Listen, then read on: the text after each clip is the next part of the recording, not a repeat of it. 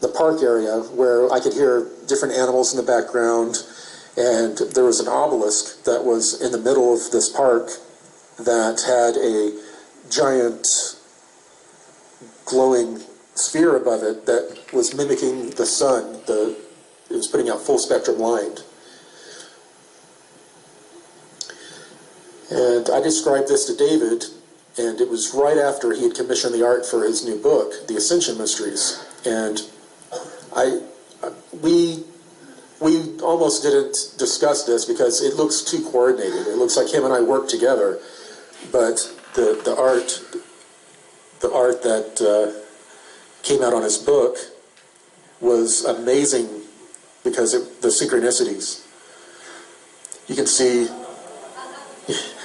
yeah, I mean, everything. And then in the background, you see Saturn, which was the symbol that they were wearing. This was shocking to us.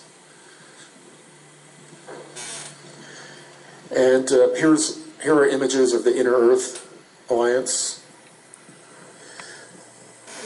The Anshar group, their eyes were just maybe 1 to 3% larger than ours. Very, very hard to perceive. And this was one of the groups.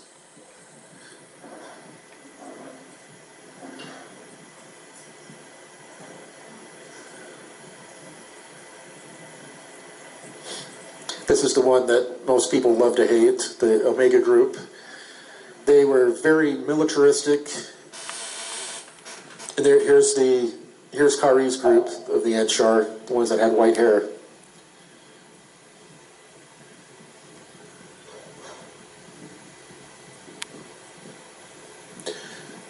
Oh yeah, I got the right one in. This group with a swastika on their forehead, they had an area where a crystal was under the skin. And so they had a lump right here on their head that it kind of came together almost like a squinted eye. It was interesting looking. This is when I have my private meeting with Kari, to where we have the mind meld. This is still I can't think of another incident that has affected me so dramatically. After this, I changed my diet. I got off of all pharmaceuticals. So it was a pretty inspiring meeting. There's Kari. It's actually in the library. This was after she came and asked me if I wanted some of this amber, thick amber-looking liquid, and she said it was the elixir of Isis. I turned it down, but she had some, and it seemed to relax her quite a bit. In the library, when we appeared there was a long golden rod that came from the ceiling with a hand holding a crystal ball. And David Wilcock told me that had been seen or reported in an underwater pyramid off of Bimini. Yes, in 1968, Ray Brown found that crystal, and the only thing in the room was also a rainbow phoenix filled with diamonds. And there was a table with 12 pairs, and he reached and grabbed it and said, "You have come what you have found what you come for, leave and never return." Well, yeah, it was just one of many things I saw around, so it really didn't jump out.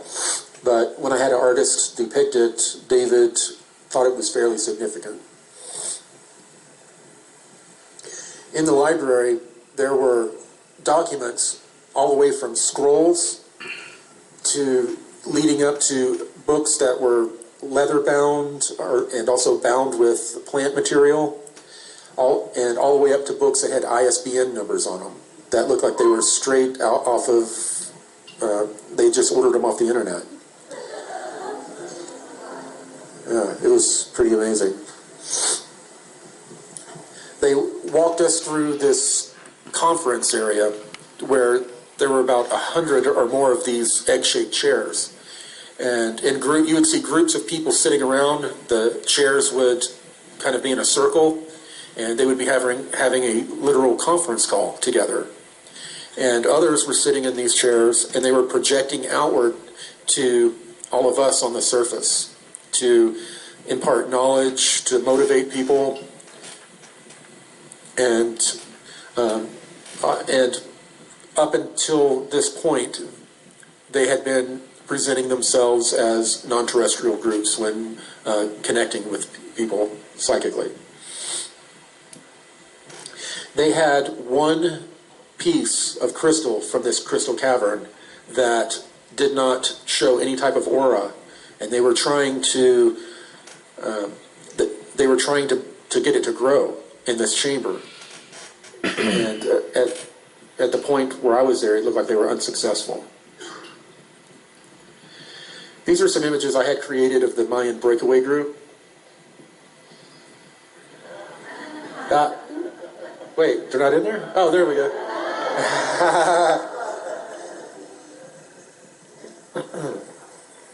They look very much like the Oompa Loompas in the movie Charlie and the Chocolate Factory with Johnny Depp. It was uncanny.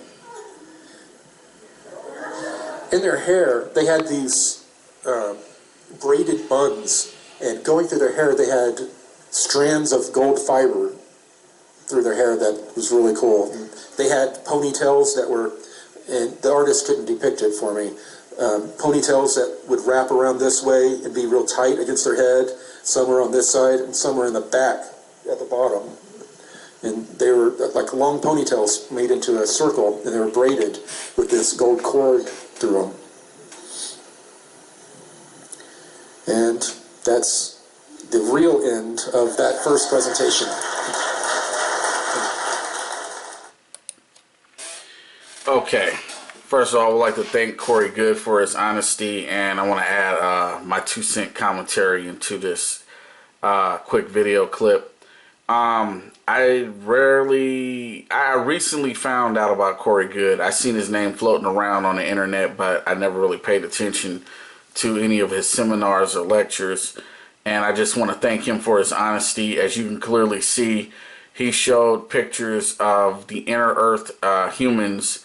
Some were white, some were super pale white, some were black, some looked Asian, some had a grayish, like a dead zombie gray type skin tone to them. Some resembled Native American Indians, and some resembled Latin American people. Light-skinned Latin American people, as well as dark-skinned Latin American people. So I just want to throw, I want to give a fuck you to Simon Parks, Alex Collier, and scary-ass fucking Kerry Cassidy. You know this fucking information, and you don't put it out on fucking purpose. Every time you talk about an alien that resembles a human being, we always get the same horseshit response. Oh, they're white-skinned, or they're light blue-skinned people. Fuck y'all. Y'all lie too goddamn much. And as far as it goes with Corey Goode, thank you again for your honesty. I'm going to keep putting y'all shit on blast. I'm not going anywhere.